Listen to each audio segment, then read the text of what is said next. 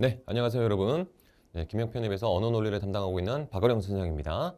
자, 이번 시간은 2025학년도 대비 과정의 그 첫 번째 순서로서 기초인문 과정에 대한 OT 소개가 되겠습니다. 자, 기초인문 과정부터 이제 진행되는 것은 지난 2024학년도 시험과 좀 달라진 지점입니다. 제가 작년도 시험 같은 경우에는 2024학년도 시험에서는 기초인문 과정은 별도로 진행하지 않고 바로 기본 이론 과정부터 진행을 했었는데요. 이번에는 여러분들이 아무래도 이 언어 논리라는 시험에 대해서 특히 논리학이나 논증이라고 불리는 영역이 있습니다.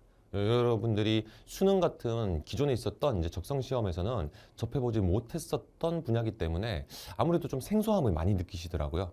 그래서 이번 과정에서는 기초인문 과정에서 그러한 논리학과 논증 영역에 대한 아주 완전 기본적이고 기초적이고 그리고 완전 베이스가 될 만한 그와 같은 개념들과 그리고 이론들을 먼저 좀 학습하는 시간을 가지는 것이 좋겠다 싶어서 별도의 이런 과정 진행을 하게 되었습니다. 자, 그래서 기초 단계에서는 어떤 것들을 목표로 하고 어떤 식으로 수업이 진행될 것인지 간략하게 말씀드리겠습니다. 일단 여러분들한테 이 논리학, 뭐 명칭으로 친다면 세부적으로 명제 논리, 그다음에 수로 논리 이런 식으로 이제 불리는 하위 영역들이 있는데요. 아무래도 수능 공부하시면서는 이와 같은 논리학 분야를 별도로 공부하신 적이 없으실 거예요. 그만큼 생소한 분야일 겁니다. 그다음 논증이라는 것도 여러분들한테는 수능에서 다뤄진 적이 없었기 때문에 논증? 논증이 어떤 것이지? 라고 좀 의아해 하실 수도 있을 겁니다. 물론 논증이라는 말 자체를 뭐 들어보시는 경우도 있겠지만 그래서 이와 같은 논리학과 논증이 같이 좀 연계가 되어서 이 기초적인 논증의 분석 틀 같은 것들까지도 이제 아직 여러분들한테는 안 잡혀 있으실 거기 때문에 이러한 부분들에 있어서 확실한 기초 다지기가 필요할 거라고 생각합니다.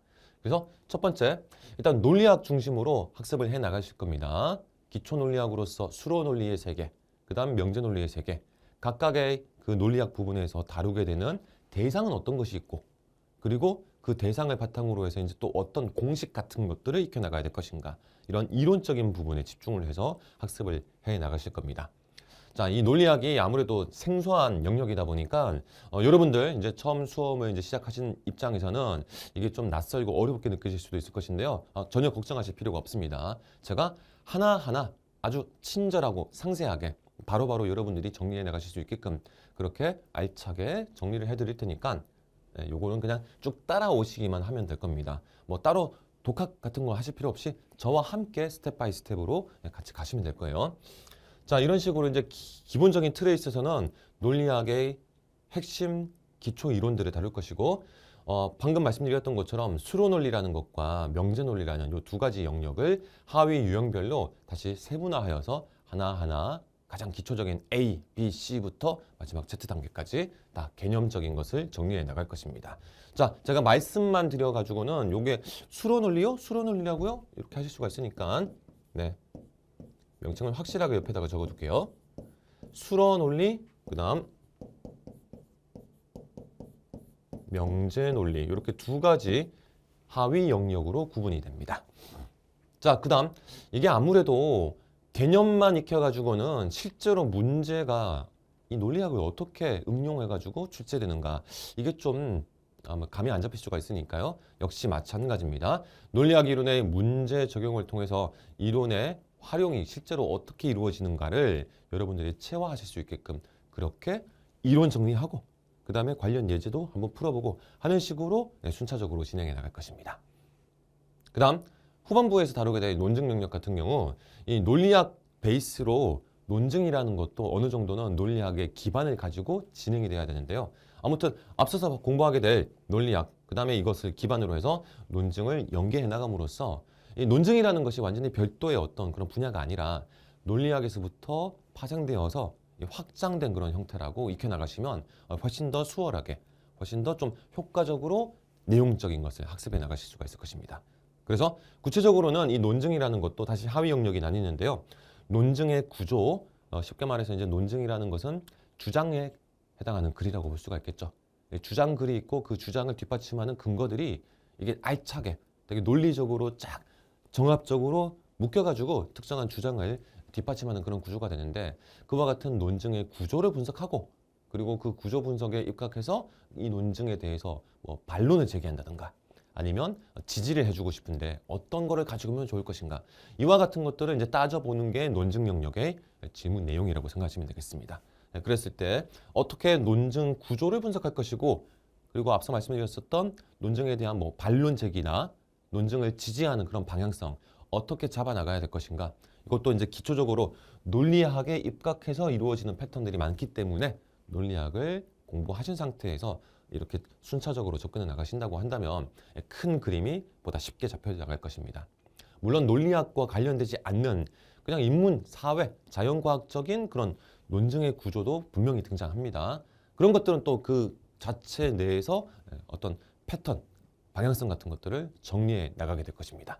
자, 이런 식으로 일단 이 기초 단계에서는 크게 봤을 때 논리학에 대한 기초 개념 학습, 그 다음에 응용력 기르고 이것을 연장해서 논증까지 커버하는 그런 식으로 가장 베이스가 되는 내용들을 다루어 나갈 것입니다. 자, 그러면 이제 구체적으로 강의는 어떤 식으로 이 일정을 소화해 나갈 것인가? 전체적으로 한 13강 정도 진행될 겁니다. 이건 회가 아니고 강으로 바뀌게 됩니다. 자, 그래서 첫 번째 1강부터 3강까지는 일단 형식 논리학의 첫 번째 축인 수로 논리의 세계를 다룰 것입니다. 수로 논리를 다루게 될 때 뭐 어떤 명제를 다루게 될 것인가? 가장 기초적인 그 명제의 종류부터 이 수로 논리가 실제로 작동하는 프로세스 같은 것들 이런 것들을 초반부에서 다룰 것이고요. 그다음 두 번째 파트가 좀 분량이 길죠. 4회부터 8회까지 한 5회 정도에 걸쳐서 약간 변동적일 수 있습니다. 형식 논리학의 두 번째 하위 영역인 명제 논리의 이론과 그다음에 문제 관련돼 가지고 또 정리해 나갈 것입니다.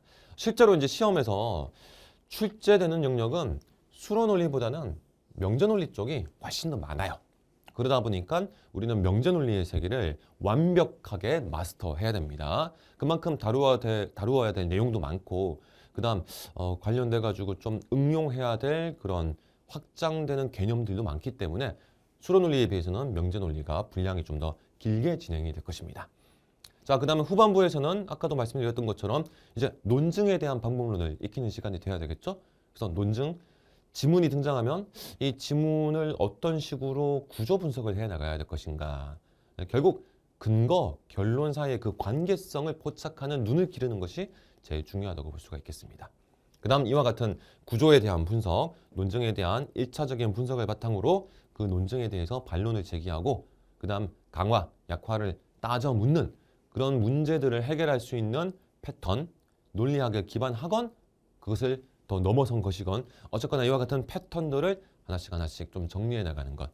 그 다음 논증 문제를 풀 때 좀 주의해야 될 지점 같은 것들을 또 체크해 나가는 것. 이와 같은 것들로 후반부 약 4회차, 4강 정도가 진행이 될 거라고 그렇게 예상을 하시면 되겠습니다.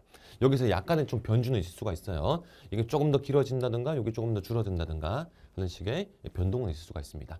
자, 이런 식으로 이제 기초 입문 과정을 통해서 논리학과 논증에 대한 베이스를 확실하게 잡아 놓고 가신다면 기본 이론 때는 이 논리학 부분과 논증 부분을 다시 다루긴 다룰 거지만 기본 이론에서는 아무래도 이제 회차상의 어떤 문제도 있고 다른 유형의 문제들도 우리가 확실하게 또 분석을 하고 대비를 해야 되기 때문에 이 논리나 논증 파트에 또 이렇게 되게 세세한 부분까지 다 체크하고 들어가지 못할 수가 있습니다. 그래서 기본 이론 단계 때도 분명히 다루긴 하지만 기초 과정에서 이 부분을 확실하게 다지고 들어가신다고 한다면 훨씬 더 안정감을 갖고 남들보다 조금 더 탄탄한 그런 실력을 가진 상태에서 이와 같은 논리학, 논증, 그 다음에 다른 영역에 대한 접근 방법까지 확실하게 이제 갖추실 수가 있게 될 겁니다.